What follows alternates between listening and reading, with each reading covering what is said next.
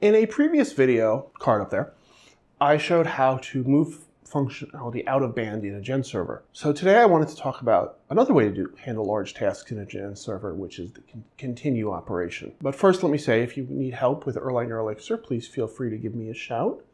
I do training courses for companies around the world. A GenServer in Erlang or Elixir runs in a single process.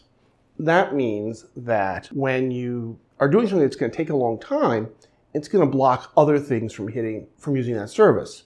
Now, especially you have to be careful in the init function, because init runs synchronously. As you're starting up your application, the supervisor will wait for the init of one GenServer to finish before it starts the next one. So if you have a number of, so if you say you need to read a file in, you could delay the entire application, because it's not just that supervisor.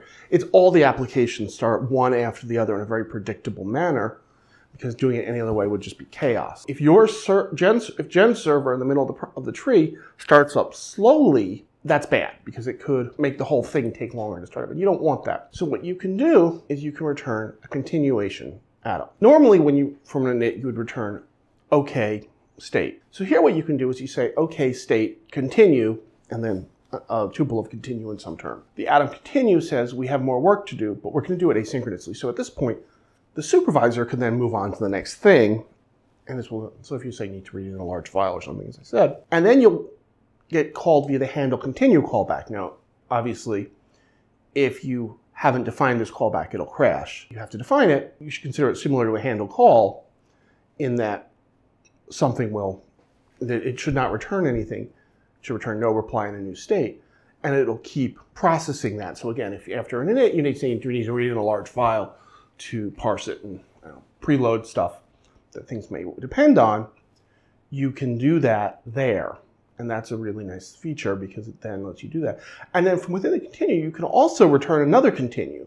So if you have a multi-step process, you can have a separate continuation phase for each one, similar to the way you may loop through callbacks in JavaScript. Should you do this or use the out-of-band thing? Depends on what you're trying to do.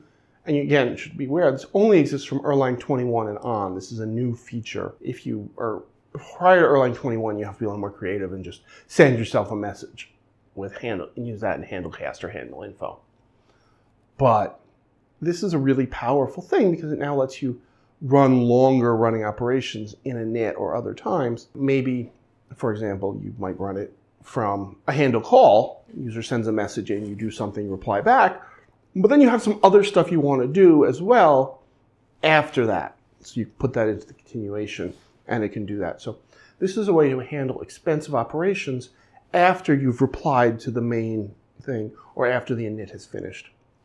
Anyway, I hope that was useful. I hope you find that interesting. Hopefully you found a case where you said, oh, that would fit there, or not, or at least maybe someday you will. If I can help you in future with Erlang or Elixir, please give me a shout. I do training courses for companies like yours, and you can get in touch with me via the Calendly link below or via LinkedIn or Twitter.